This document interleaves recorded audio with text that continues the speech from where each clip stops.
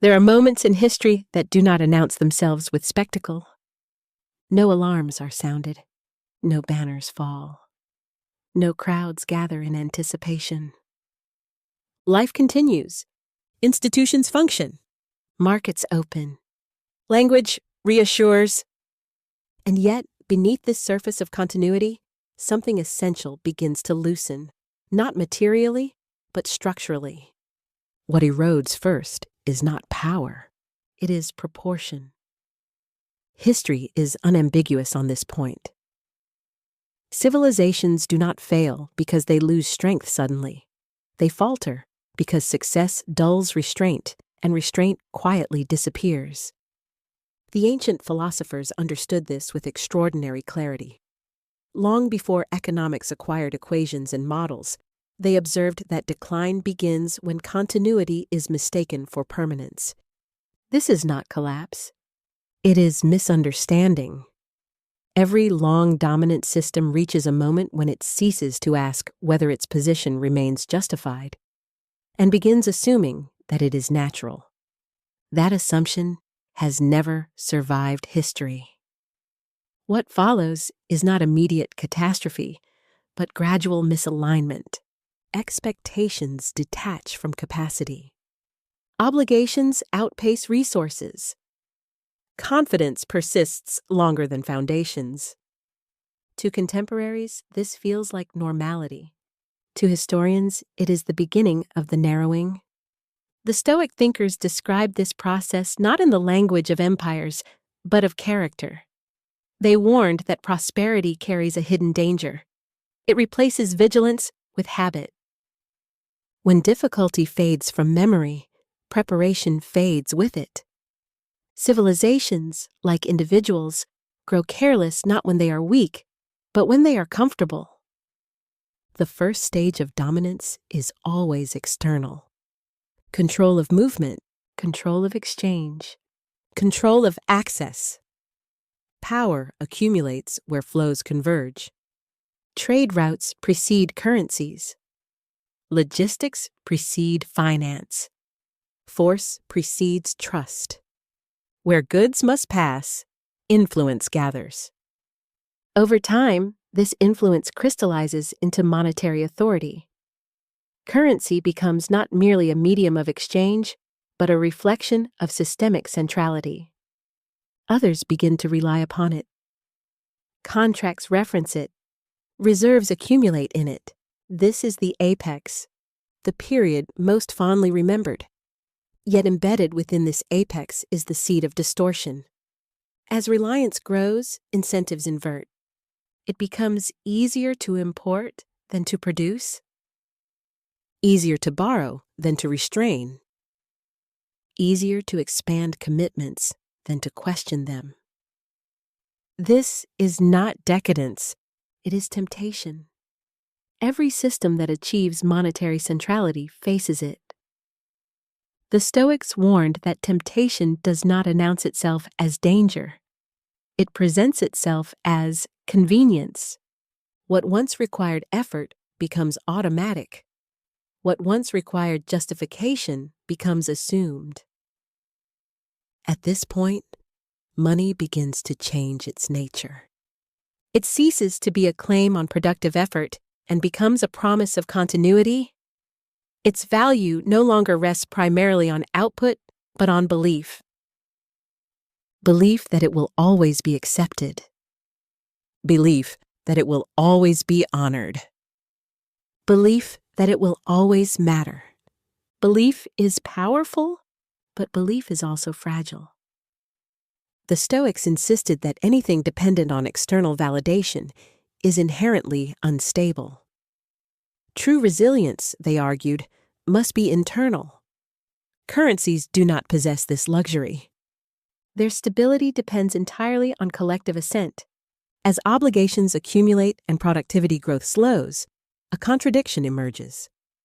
The system requires increasing issuance to function.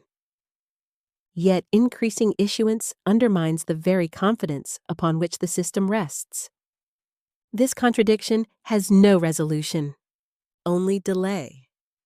Delay becomes policy. Deficits roll forward. Adjustments are deferred. Exceptions multiply. None of this appears dangerous while confidence holds. Confidence is history's most deceptive force. It allows systems to persist long after their foundations have shifted. But confidence does not disappear suddenly. It thins. And as it thins, behavior begins to change. Money circulates faster than goods. Claims expand faster than capacity. Paper multiplies faster than substance. To contemporaries, this appears as sophistication. In retrospect, it is always fragility. History shows that when a currency becomes more important than what it represents, decline has already begun. Not collapse. Decline. The distinction matters. Decline is quiet. It is gradual. It is managed. It presents itself as adjustment, not failure. This is the phase in which societies argue most intensely, not because stakes are highest, but because clarity is lowest. Language grows defensive. Debate grows emotional. Structure is replaced by narrative. The Stoics would have recognized this immediately. They warned that confusion arises when people attempt to preserve outcomes without preserving causes. One cannot maintain prosperity while abandoning the discipline that created it. Yet civilizations attempt precisely this. They seek continuity without correction, and history responds with narrowing. Not maliciously, not dramatically, inevitably. Understanding this process is not pessimism. It is literacy. Literacy in cycles rather than events. Literacy in structure rather than scandal. Literacy in long time rather than immediacy. Once the pattern becomes visible, the present becomes legible. And when the present is legible, preparation becomes possible. This is only the beginning of the sequence. What follows is more psychologically demanding and more consequential. There is a stage in every long monetary order when expansion quietly gives way to maintenance. Nothing appears broken. Nothing feels urgent. Yet nothing truly advances. This is the phase in which imbalance ceases to be temporary and becomes structural. Historically, it is marked not by crisis, but by explanation. Every deviation is justified. Every exception rationalized. Every delay reframed as prudence. Because the system still functions, the need for correction appears abstract. The Stoic philosophers warned against precisely this condition. They observed that when discomfort is postponed rather than confronted, it accumulates unseen until it demands payment in a harsher form. At this stage, money undergoes a subtle but decisive transformation. It no longer serves primarily as a record of productive effort. Instead, it becomes an instrument of continuity, a means of sustaining arrangements that no longer balance themselves. This shift rarely occurs through a single decision. It unfolds gradually, through policy, through habit, through the quiet recalibration of expectations. Money is asked to do more than represent value. It is asked to stabilize obligations that exceed capacity, to preserve standards detached from output, to reconcile contradictions that would otherwise require reduction. At first, the results appear benign. Liquidity smooths volatility. Credit sustains demand. Deficits feel theoretical rather than constraining. Confidence persists. Not because foundations are strong, but because consequences have been deferred. History records this pattern with remarkable consistency. In each instance, financial activity begins to outpace productive activity. Capital flows increasingly toward instruments that promise preservation rather than creation. Speculation expands. Leverage multiplies. Returns are extracted rather than earned. This is not decadence in the moral sense. It is a rational response to diminishing real returns. When productive expansion slows, financial expansion appears efficient. It offers speed without labor, scale without friction, and the illusion of control. The Stoics would have recognized the danger immediately. They taught that when effort becomes detached from outcome, discipline erodes. And when discipline erodes, dependency forms. Dependency is the defining feature of late-stage monetary systems. Dependency on debt to maintain accustomed standards. Dependency on confidence to sustain value. Dependency on external belief rather than internal coherence. As this dependency deepens, imbalances harden. Deficits cease to be cyclical and become permanent. Borrowing loses its stigma and acquires moral justification. Adjustment becomes politically intolerable. At this point, restraint is no longer merely unpopular. It is perceived as dangerous. The paradox is stark.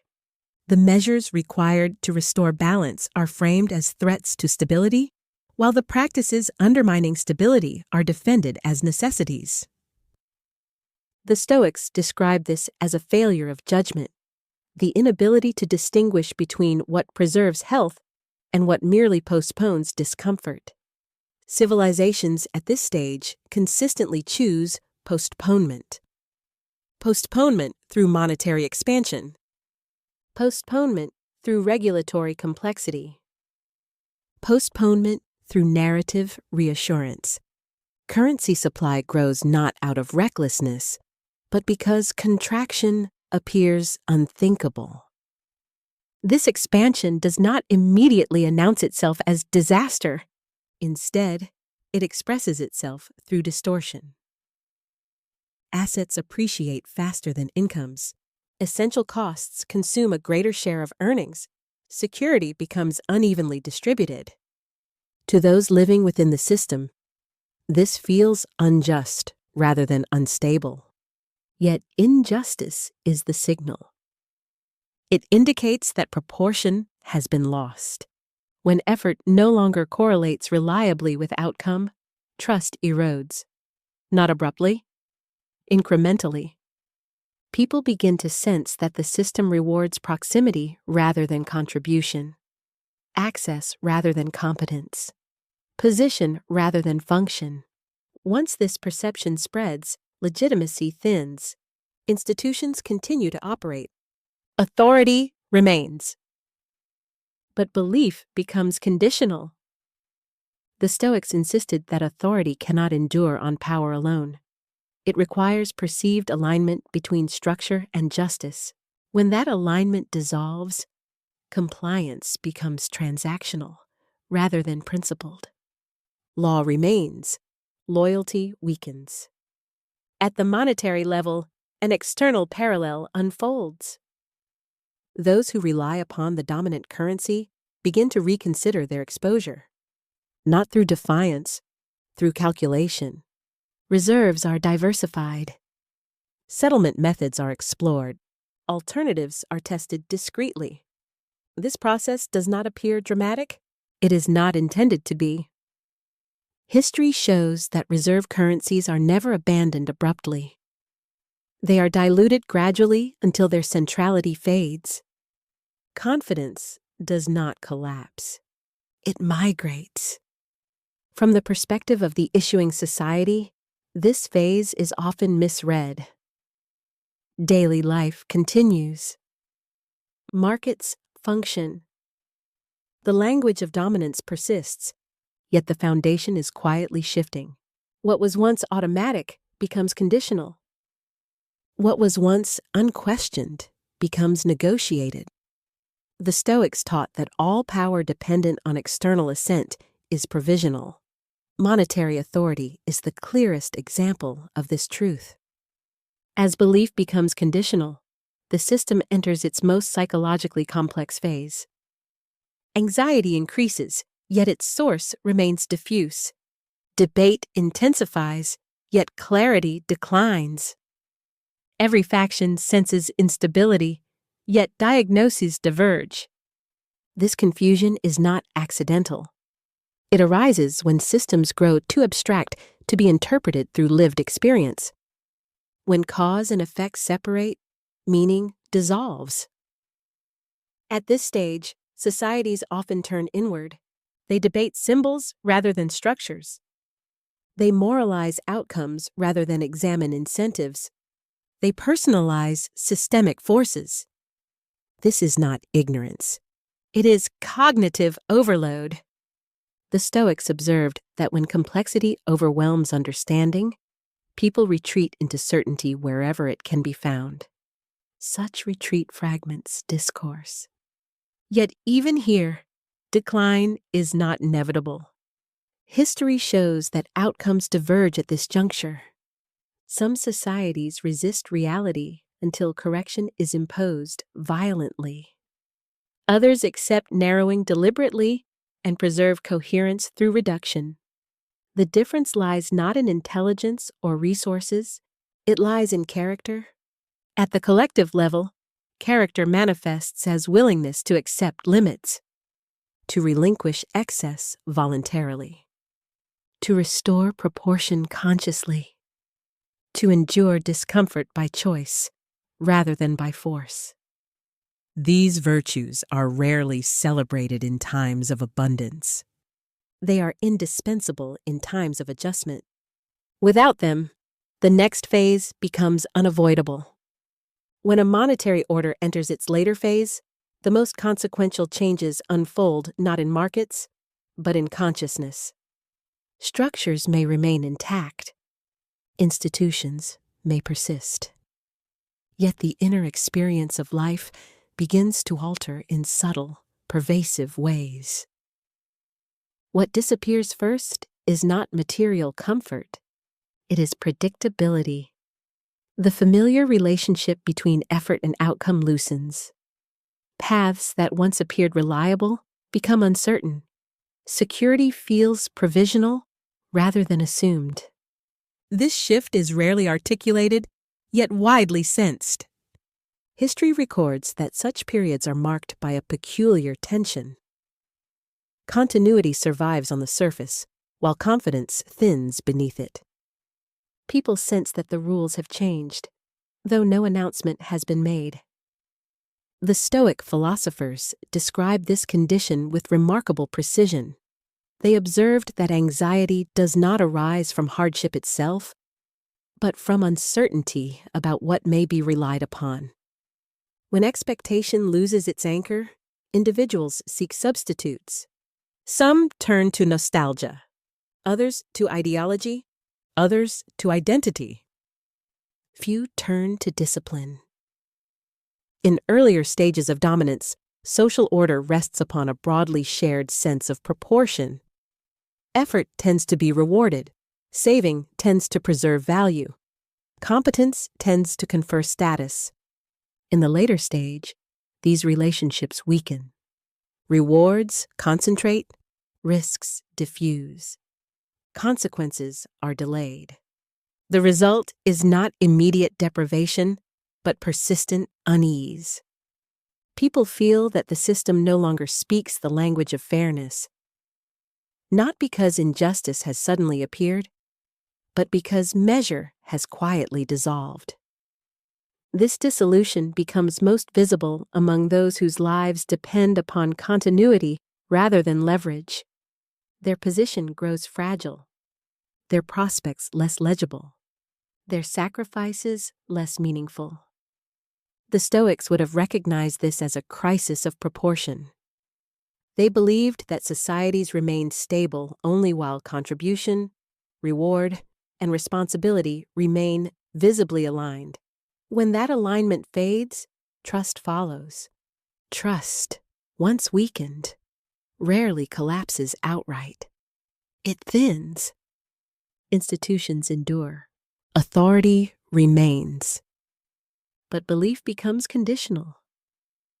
Conditional belief reshapes behavior. People hedge rather than commit. They protect rather than build. They seek insulation rather than contribution. At the upper levels of the system, a parallel transformation occurs. In earlier stages, influence derives from creation and expansion. In later stages, it shifts toward preservation and access. Capital seeks safety rather than growth. Mobility replaces rootedness. Exposure is minimized. This behavior is often framed as moral failure. It is not. It is adaptation to perceived instability. Yet its consequences are significant. As those closest to power withdraw from shared exposure, a psychological divide opens between institutions and society. The sense that risk is no longer borne proportionately corrodes legitimacy. The Stoics warned that no polity can endure when those who govern appear insulated from the effects of governance. Perception matters as much as reality. When losses appear collective while protections appear selective, loyalty erodes. Compliance becomes transactional. Trust becomes conditional. Cohesion weakens. This is the paradox of late-stage systems. They are wealthy in absolute terms, yet anxious in spirit. Abundance coexists with insecurity. The Stoics would not have been surprised. They argued that insecurity arises not from scarcity alone, but from unpredictability. When people cannot anticipate outcomes, orientation collapses. Orientation is essential to psychological stability. Without it, individuals oscillate between denial and agitation. Some retreat into sentiment, others into certainty, others into distraction, few into restraint. This is why late-stage periods feel culturally volatile. Language hardens, discourse fragments. Complexity is punished. The human mind, overwhelmed by abstraction, simplifies by necessity. Systems are personalized. Forces are moralized. Outcomes are blamed. This is not stupidity. It is a response to opacity. When structures grow too complex to interpret, conviction replaces understanding. Despite this turbulence, decline does not proceed uniformly. History shows that periods of narrowing produce differentiation. Some become increasingly dependent on systems they no longer trust.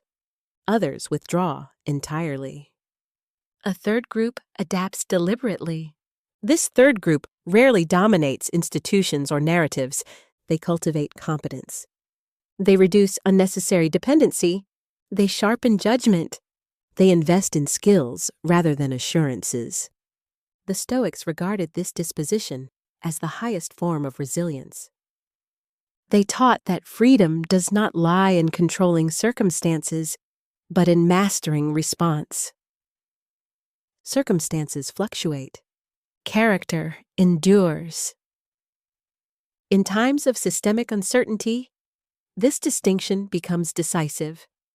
Those who rely entirely on external guarantees suffer when those guarantees weaken. Those who possess internal orientation remain coherent amid change. This is not Stoicism as retreat. It is Stoicism as preparation. Preparation for volatility. Preparation for reduction. Preparation for a world in which form must increasingly be carried by individuals rather than institutions. The late stage of a monetary order is therefore not merely a period of risk. It is a test of whether seriousness can survive comfort, a test of whether restraint can return without compulsion, a test of whether proportion can be restored without collapse. History suggests that outcomes diverge here. Some resist narrowing until correction is imposed violently.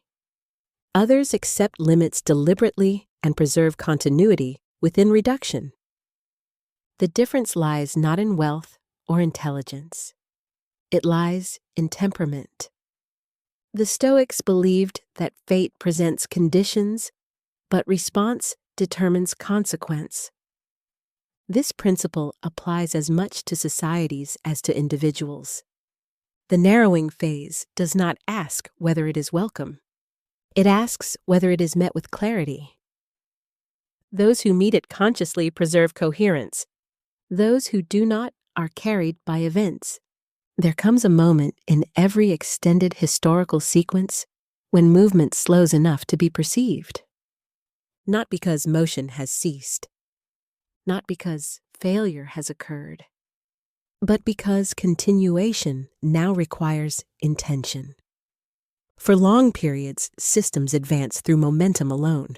Their direction is inherited, their legitimacy assumed, their future treated as extension rather than question.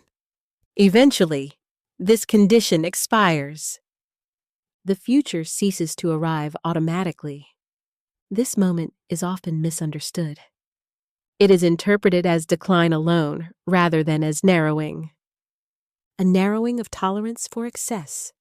A narrowing of patience for inefficiency. A narrowing of indulgence for illusion. The Stoic philosophers regarded such moments not as punishments, but as revelations. They believed that fortune does not destroy what is sound. It merely exposes what has grown hollow. What survives narrowing is not scale, it is form. Form, in the classical sense, is not appearance or prestige. It is coherence. Coherence between resources and commitments, between language and action, between ambition and capacity. When coherence weakens, expansion becomes dangerous. When coherence is restored, even contraction can preserve dignity. History confirms this relentlessly. Civilizations that attempt to preserve everything lose everything. Those that relinquish excess preserve what matters. This is the central misunderstanding of late stages. People imagine that survival requires restoration, a return to previous scale, previous reach, previous privilege. History offers no such reversals. What it offers instead is reconfiguration. Reconfiguration is uncomfortable because it forces choice. It requires distinguishing substance from ornament, function from prestige, necessity from indulgence. The Stoics taught that wisdom begins precisely here, not in optimism, not in despair, but in proportion. They believed that fate presents conditions, but dignity lies in how those conditions are met. Applied at the civilizational level, this insight becomes decisive. The question is no longer whether systems will change. They will. The question is whether those who live within them will carry forward what gives systems meaning once scale recedes. That meaning is not dominance, it is standard. Standards of conduct, standards of competence, standards of seriousness. When abundance fades, these standards determine whether contraction hardens into degeneration or stabilizes into renewal. Degeneration occurs when appetite persists, while discipline disappears. Renewal occurs when discipline returns and appetite moderates. This distinction is rarely dramatic. It unfolds quietly through countless individual decisions. To simplify rather than inflate. To prepare rather than protest. To cultivate skill rather than entitlement. The Stoics never believed that the whole must be saved for life to retain meaning. They believed that integrity at the individual level was sufficient to justify existence, regardless of surrounding disorder. This belief is not retreat. It is preservation of lineage. Civilizations do not endure because they avoid hardship. They endure because when hardship arrives, there remain individuals capable of carrying form forward. Form of thought, form of conduct, form of restraint. Such individuals are rarely celebrated during times of ease. They become indispensable during times of adjustment. The narrowing phase does not eliminate excellence, it clarifies it. Those who depended on leverage struggle. Those who invested in competence endure. Those who demanded certainty falter. Those who cultivated resilience adapt. History does not reward those who cling most fiercely to the past. It rewards those who release it without bitterness. The future, whatever shape it takes, will not belong to those who speak most loudly of decline. It will belong to those who remain capable of thinking without hysteria, capable of acting without excess, capable of enduring without resentment. These qualities do not command attention. They command continuity. If you have remained with this reflection to its conclusion, it suggests a particular disposition. A resistance to simplification, a preference for depth over reassurance, an understanding that history is not an enemy to be feared, but a force to be met with intelligence. Such dispositions matter more than opinions. They determine how periods of transition are lived, whether with agitation or with composure. If this reflection sharpened rather than soothed, that was deliberate. Clarity is not comfort. It is orientation. And orientation in uncertain times is invaluable. If you believe such conversations deserve continuation, not as noise, but as serious inquiry, remaining connected ensures that depth is not drowned by spectacle. A measured acknowledgement helps these ideas reach others who value substance over slogans. If you choose to share this, do so deliberately. Not broadly, but personally. Pass it to one person you respect. One person who would engage with these ideas thoughtfully rather than reactively. And if you leave a comment, let it add something. Not agreement, not praise, reflection. Because thoughtful exchange is how standards survive periods of noise. History will continue to move. Cycles will unfold. The enduring question is whether, as form narrows and illusion recedes, there will remain those capable of carrying judgment, restraint, and dignity through the passage.